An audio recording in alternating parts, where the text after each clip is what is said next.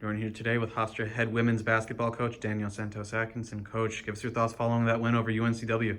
For us, it's a positives all around. We were able to hold them to only 8 offensive rebounds. That's something we've been working on these last few games. We only had 15 turnovers, holding them to only 9 points off of those turnovers. We forced 18 turnovers. Just the things that we had been talking about that we wanted to get better at, they got better this game, and they played hard, they worked together, and they played with a lot of confidence. We wanted to be aggressive, we wanted to attack, we wanted to get to the basket, we wanted to get that ball inside. We had 30 points in the paint, and so just a great job all around in them being able to stay in attack mode and stay aggressive through the whole game. Defensively, we allowed them a few more points than we wanted them to have. They shot it at a higher percentage than we would have wanted them to shoot it. But this team found a way, and we say find a way and figure it out, and they did. And down the stretch, we're going to continue to work, but they were better this game than in previous games. Coach, talk about that final basket by Rosie. Was that just how you drew it up, or was there a little improvisation in that one? It was Rosie stepping up and being able to make that play. From a drops pattern standpoint, they ran it as it was drawn up.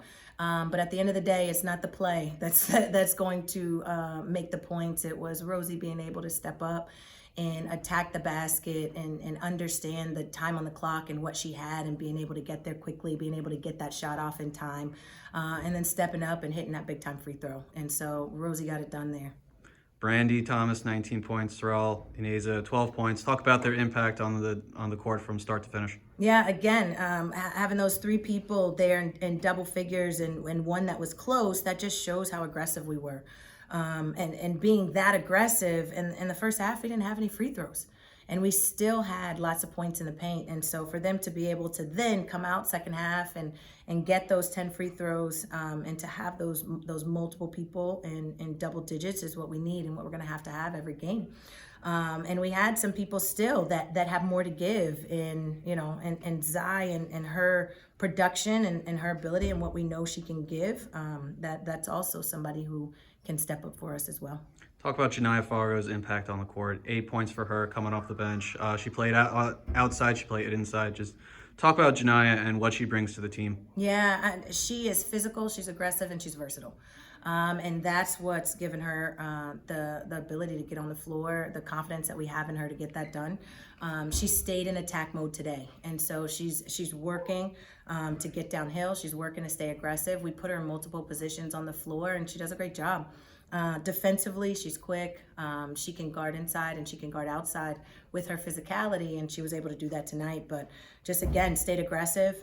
She's looking to take those open opportunities, and we've got all the confidence in her and her shot, and she's now getting her confidence back and what that looks like, and continuing to produce in multiple ways. 9-point lead going into the fourth quarter. You end up winning by 1. Just talk about that fourth quarter and the fourth quarter for the season for Hofstra. Yeah, again, the fourth quarters for us have not been our friend in previous games. And this team, as you mentioned, we only had 2 baskets, and 1 basket came there at the very, very end. We did have 8 free throws, though, in that fourth quarter. So we continued to stay aggressive, and I liked that attack mentality even in that fourth quarter. Again, we're going to continue to work to put games away. But in that fourth quarter, this team took a step in the right direction in getting that done.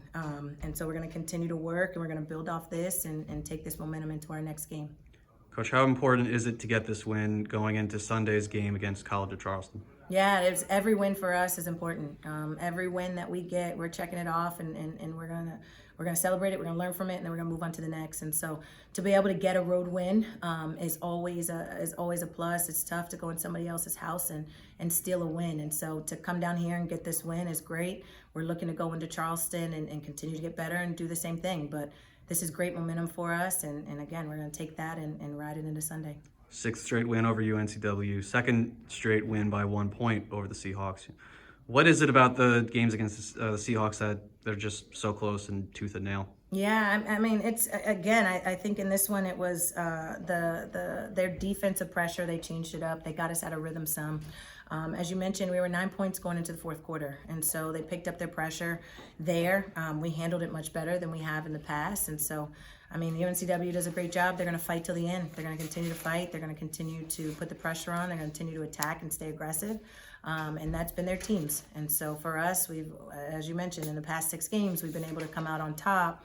That's something we want to continue to do. Thank you, Coach. Congratulations. Thank you.